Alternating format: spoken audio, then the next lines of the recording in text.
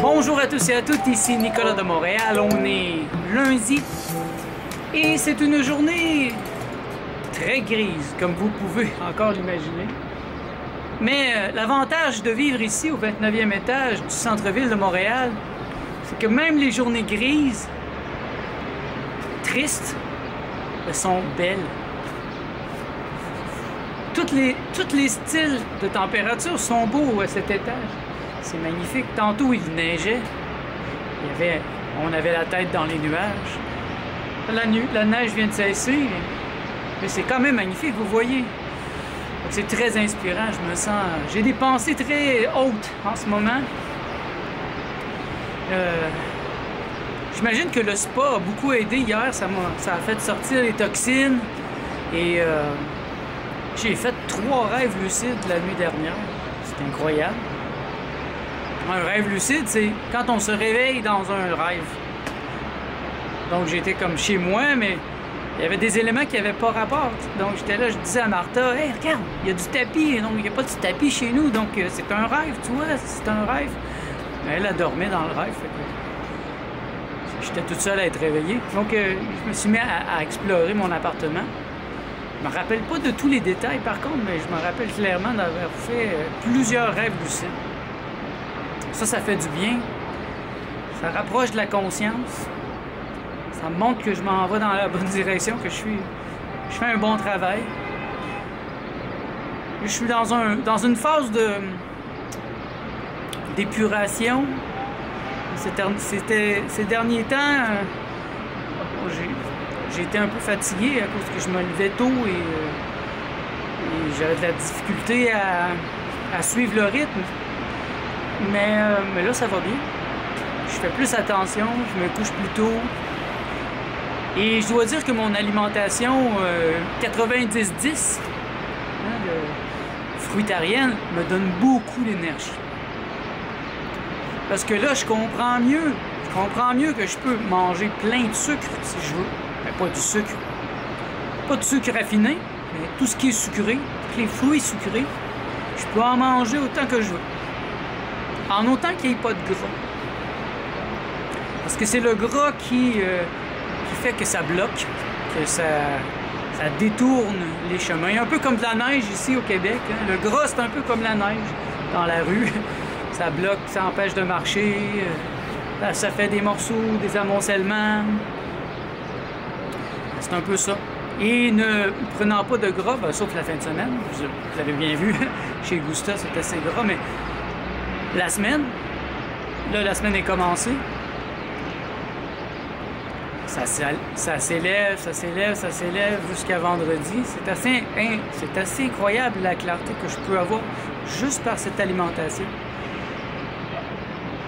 Parce que, bon, vous voyez comme aujourd'hui, ce matin, mon déjeuner, c'était un melon à 11 h. Ils sont vraiment délicieux, les melons. Melons biologiques. Et j'ai fait 2 repas de persimon. Là, les persimons commencent à devenir un peu fatigués. Donc, c'est le temps de les manger. Donc, aujourd'hui, j'ai fait un blitz. J'ai mangé au moins 10 persimons. En français, c'est des kakis. 10, 11. C'est bon, mais c'est sucré. J'ai hâte au souper tantôt. Je vais me prendre un petit goûter à 4h30 à peu près. Je vais me faire un guacamole. Ça va être mon gras de la journée. Donc, un demi-avocat avec tomate, un peu de sel. Le tout enrobé dans une salade. Une feuille de salade, ou 2 feuilles de salade. Ça va être vraiment bon. Et donc, je minimise au maximum le gras parce que c'est le gras qui nous rend peu clair. Vous savez bien, quand vous mangez quelque chose de vraiment gras, vous avez le goût de dormir, vous êtes un peu somnolent. Alors que quand on a une alimentation plus basse en gras, là, c'est différent. Donc là, je commence à le ressentir et quand je vais au gym le soir, j'ai plein d'énergie. Ben, je me bourre de sucre. Une bourre de sucre. Je vais vous donner un dîner typique. Là, je mange des persimons parce qu'ils sont vraiment prêts, là, mais généralement, je vais me faire un smoothie de bananes. J'ai au moins 5-6 bananes avec 5-6 dattes et des pommes, des fraises congelées. C'est assez sucré, mais c'est très facile à digérer. Et vraiment, j'aime ça. Parce que hier, je l'ai senti plusieurs heures après mon repas chez Gusta. C'est long à digérer quand c'est de la nourriture cuite. Plus c'est gras, plus c'est difficile à digérer. Donc, je commence la semaine en beauté, enfin, je suis content. En fin de semaine, j'ai exagéré un peu. Mais je pense que ça, c'est important aussi. Dans mon système, l'empiffrement, la journée d'empiffrement, elle est fondamentale. J'en ai encore besoin. Ça donne une structure à ma semaine. Donc, ayant une journée où je me laisse être, dans quand même des limites, parce que j'ai aucun désir, par exemple, de tout ce qui a rapport avec le lait, le fromage, la viande. C'est pas compliqué. Je me suis bien éduqué. J'ai pas le goût de ces choses-là. Mais je me laisse aller dans d'autres choses qui me font plaisir, qui sont végétaliens. Un peu trop gras, par contre, des fois. Mais je me dis qu'une fois par semaine, une fois n'est pas coutume, ça me permet d'avoir une semaine plus aride, plus disciplinée. Ce matin, je me suis réveillé à 5 heures. J'étais reposé, j'ai commencé à faire des petites recherches sur l'Internet. Ces temps-ci, la semaine passée, cette semaine, je suis en train de faire des recherches sur les nouvelles tendances. Les tendances 2019 là, dans l'image de marque, le marketing, la création de sites web, le design graphique. Ça va vite. J'ai fait des recherches cet été. Et déjà, il y a des nouveautés pour l'année 2019, des tendances qui s'en viennent. Et ça, je trouve ça très intéressant, je trouve ça inspirant. Et c'est ça que je fais cette semaine. Et je suis en train d'écrire un article sur c'est quoi une image de marque. Je devrais pouvoir le publier bientôt. À chaque matin, j'avance un petit peu sur l'article. Je me laisse inspirer selon ce que j'ai le goût de faire dans un cadre de mon entreprise, mais pas dans un cadre pour mes clients. Vous voyez, il y a comme une différence. À 9 h du matin, là, je me rends disponible pour les contrats et les demandes de mes clients. Et bon, ces temps-ci, j'en ai passablement, mais c'est pas stressant parce que c'est pas pour avant hier. J'ai pas tellement de contrats très très stressants. Mes clients me connaissent bien, ils me prennent à l'avance et on a une synchronicité ensemble qui fait que ça va vraiment bien. Ils connaissent mon rythme. Ils savent que je travaille pas le vendredi. Donc c'est ça. Le matin, je me réveille à 5 h et le plus tôt que je peux, ça me prend 20 minutes de me réveiller pour boire un grand verre d'eau avec du citron, faire un petit café et puis là, j'embarque sur l'ordi et là, je fais mes recherches. Et c'est le fun parce qu'il n'y a rien dans la maison. Martha dort encore. Il n'y a pas de messages qui sont arrivés. Et ça me détend. Et c'est très enrichissant. Je sais que si je continue là, cette semaine à faire ça, je vais trouver des choses vraiment originales que je peux intégrer dans mon œuvre, que je peux intégrer chez mes clients. Et donc vers 6h15, là, je commence à faire mes étirements qui me prennent bon 15-20 minutes. Et là, après ça, je descends au gym, faire du cardio. Là, je reviens, je prends ma douche. Je commence à prendre des douches froides. Il y a un d'entre vous qui m'a fait une remarque assez intelligente, que le froid était mon ennemi. C'est peut-être pour ça aussi que j'ai eu une crise d'hypothermie il y a peut-être 2 semaines. On m'a suggéré de l'apprivoiser au lieu de le fuir. C'est vrai que j'aimais ça être confortable et je fuyais le froid. C'est vrai que j'ai eu vraiment froid à l'autre appart, donc j'ai un peu traumatisme. Donc dans ce nouvel appart, je me suis dit là, je vais pas avoir froid. Je ne veux pas avoir froid. Et jusqu'à maintenant, c'est vraiment chaud. Mais c'est vrai que le froid a des qualités, a des propriétés. Il y en a plusieurs qui m'ont parlé de Wim Hof, quelque chose de même. C'est un gars qui affronte le froid vraiment intensément. Il y a des techniques de respiration. Mais moi, ça se résume juste à prendre une douche froide le matin. Donc, je prends ma douche normale et juste avant de fermer la douche, là, je la mets froide. Le plus froid que je peux. 1 ou 2 minutes pour l'instant. Je vais peut-être monter jusqu'à 5 minutes, mais pour l'instant, je ne veux pas exagérer. Je vais tout en douceur. Vraiment, c'est le thème présentement, la douceur. La douceur. C'est quelque chose que j'ai appris parce que c'était pas naturel. Moi, j'étais une personne qui était plutôt sauvage, rude, dure. C'est ce que j'applique pour moi dans ma propre discipline. Je suis assez intransigeant, je suis très intransigeant envers moi-même. Je me donne des buts, des objectifs et je les atteins. Mais la douceur est une grande vertu. Et de plus en plus, j'apprends à l'appliquer. Ça l'a fait fuir beaucoup de gens dans ma vie, le fait que j'ai des idées très fortes et que je suis prêt à les défendre. Quand j'étais plus jeune, j'étais vraiment très fort dans mes principes. Et ben, c'est ça, j'ai perdu des gens comme ça. Alors que si j'avais été plus doux, je serais peut-être là encore dans ma vie. Mais bon, je suis pas en train de pleurer sur le passé. Je pense que tout se passe comme ça doit se passer. Et moi, la solitude n'est pas mon ennemi. Je me sens pas inconfortable dans la solitude.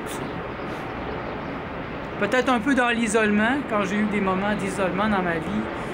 C'est sûr que l'isolement est plus difficile, mais la solitude,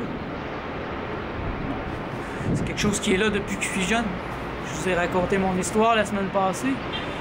Ben, j'ai eu une enfance très solitaire et le fait que j'aie beaucoup de solitude m'a fait créer des bandes dessinées, des pages et des pages de bandes dessinées. J'aurais jamais pu faire ça. Et même quand j'avais des amis, je me rappelle un été, je devais avoir 15 ans, j'étais avec des amis autour d'une piscine et là, j'avais le goût de faire de la bande dessinée tout d'un coup. Et je dis, bon, ben je vous laisse les amis, je m'en retourne chez nous faire de la bande dessinée. Ils vont dire, ouais, voyons toi, qu'est-ce que tu fais là? C'est ça, c'est l'inspiration. Et je m'en rappelle, je suis allé et j'ai eu un grand plaisir à faire de la bande dessinée. C'est très satisfaisant de terminer une œuvre. Si vous êtes artiste, vous savez c'est quoi, terminer un livre, terminer une page de bande dessinée, terminer une peinture, terminer d'écrire une chanson. Il y a une grande satisfaction à terminer des œuvres d'art.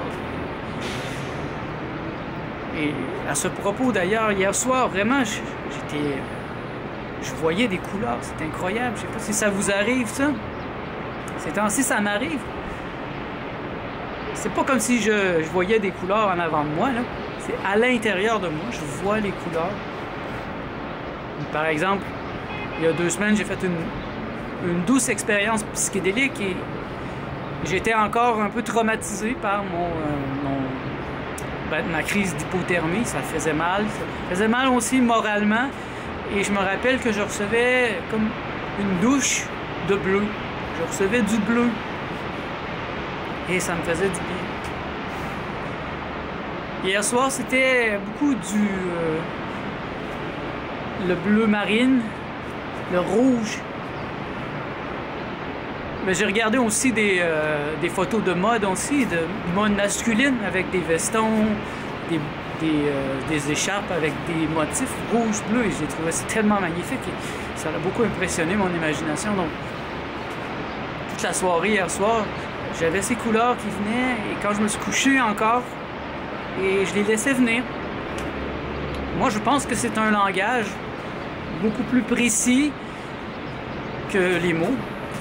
Je l'ai beaucoup utilisé dans mon enfance, dans mon adolescence, quand j'ai mon début de la vie adulte, c'est quand j'ai fait de la peinture. Beaucoup de peinture abstraite. La couleur pour moi était un langage, ça me faisait du bien. Et je vois bien, là, je fais plus de peinture, ça fait près d'une dizaine d'années. Et bien les couleurs trouvent un moyen d'apparaître sur l'écran de ma pensée, surtout depuis quelques semaines. Ça m'inspire et je vois comment je peux utiliser maintenant ces couleurs, par exemple sur mes sites internet. Les couleurs que j'ai vues hier, je sais que c'est les couleurs que je veux utiliser sur mon site personnel, nicolalehoux.com. Pour l'instant, il est très basic, en noir, gris, pour laisser sortir toutes les images, mais j'ai l'intention de retravailler bientôt sur mon site web. Et je voudrais aller vers des couleurs comme ça. C'est des couleurs, en fait, fondamentales. C'est pas comme la mode. Par exemple, cette année, la mode, c'était le plush. Plush, c'est un genre de rose cassé, même chez les hommes. On voit ça dans les magasins comme H&M, des gilets, des souliers, des pantalons. Mais en même temps, si on reste plus classique, il y a des couleurs classiques qui se démodent jamais. Par exemple, les couleurs... Ça, c'est des choses que je retire beaucoup de l'étude de la mode ces temps-ci. On peut être soit très à la mode et être complètement dépassé après 2-3 ans, ou aller vers des choses plus classiques, des coupes classiques. Et c'est ce que je suis en train de faire.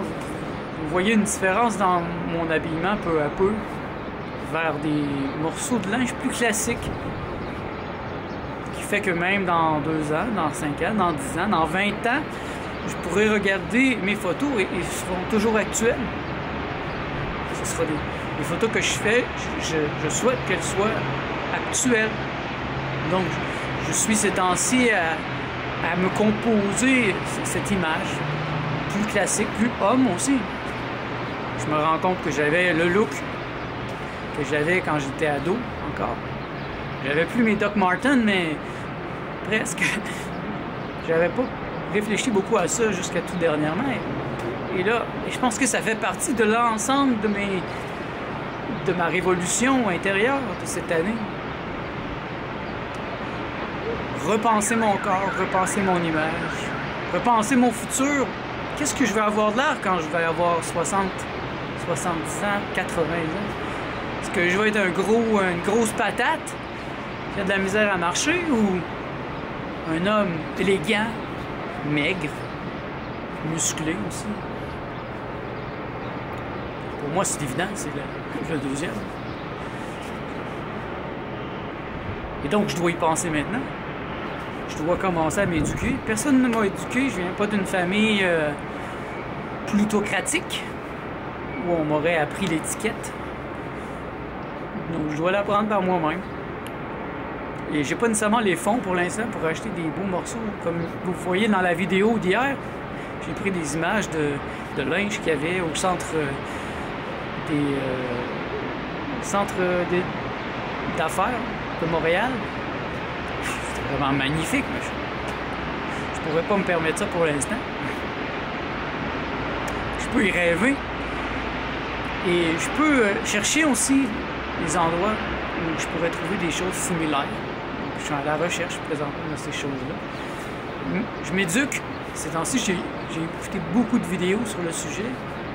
J'ai étudié la question. Et parce que, je sais pas si vous vous en rappelez, mais c'est cette année, j'ai compris que ce qui était important pour moi, c'était de manifester la beauté. En tant qu'artiste, je l'ai manifesté dans mon œuvre, dans mes toiles, dans mes peintures, dans tout ce que j'ai fait jusqu'à maintenant. Et j'en suis à une étape où je dois la manifester dans mon corps. Et ça, c'est le plus dur. C'est facile de faire une toile. Mais sculpter son corps, ouf, c'est pas évident. Pour un intellectuel comme moi, en tout cas, c'est pas si évident. Je vais au gym, ça fait déjà 4-5 ans. J'ai arrêté, j'ai recommencé, j'ai arrêté, j'ai recommencé. J'ai réussi à me sculpter un peu, mais je suis loin encore de l'image que je voudrais. Pour moi, l'image idéale, c'est comme celle des sculptures grecques. Pas trop, je veux pas être Arnold Schwarzenegger, mais comme les sculptures grecques.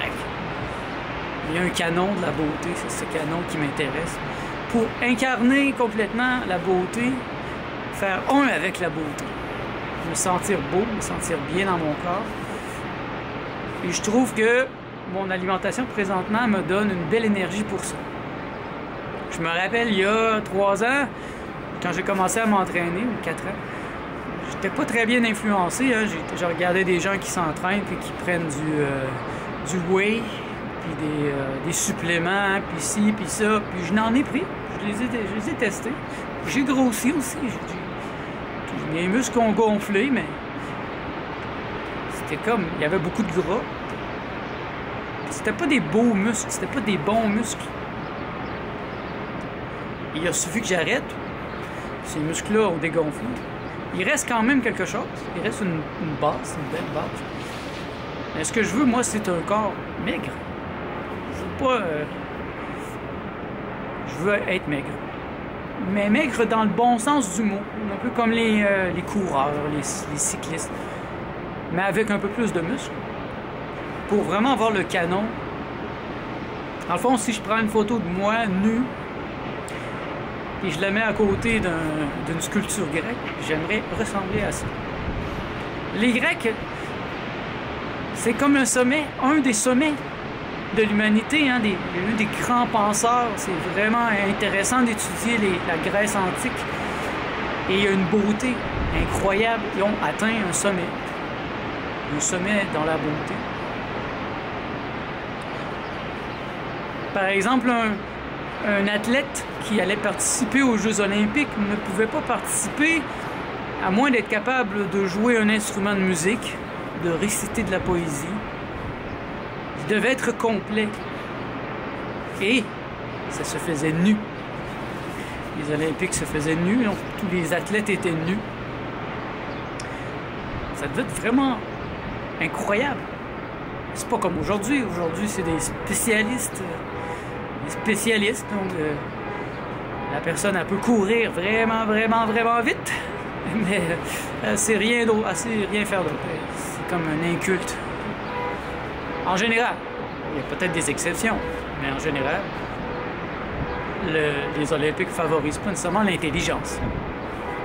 Et j'ai rarement vu des athlètes qui ont l'air intelligents. Ce sont des gens, des bêtes.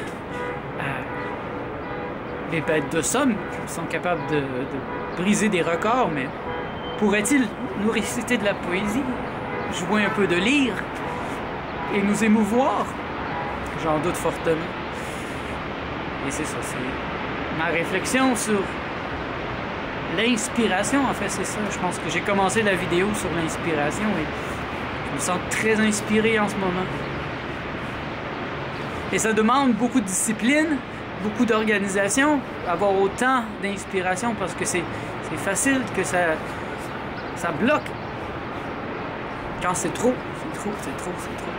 Ces temps-ci, c'est beaucoup, c'est vraiment fort. Mon inspiration, elle est forte.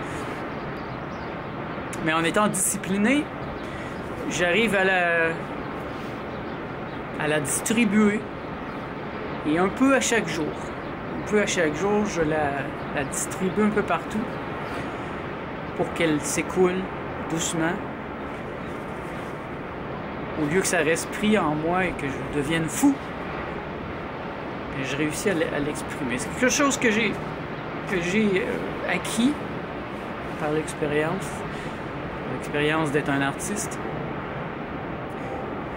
L'inspiration, je sais comment la laisser macérer un peu et comme un bon fruit, je sais quand l'accueillir et l'amener à fruition et la déguster. Je suis très inspiré en ce moment. Je souhaite que cette inspiration vous inspire aussi, qu'elle transpire à travers la caméra, à travers votre ordinateur, qu'elle vous donne le goût aussi d'être un créateur Même si vous êtes un comptable, quelqu'un de normal, ben ajouter la créativité dans sa vie, je pense que c'est essentiel. Être un Dieu créateur. Se créer soi-même. Et créer le monde à son image. Voilà. C'est ce que je vous souhaite. Merci d'être à l'écoute. On se revoit dans le prochain vlog.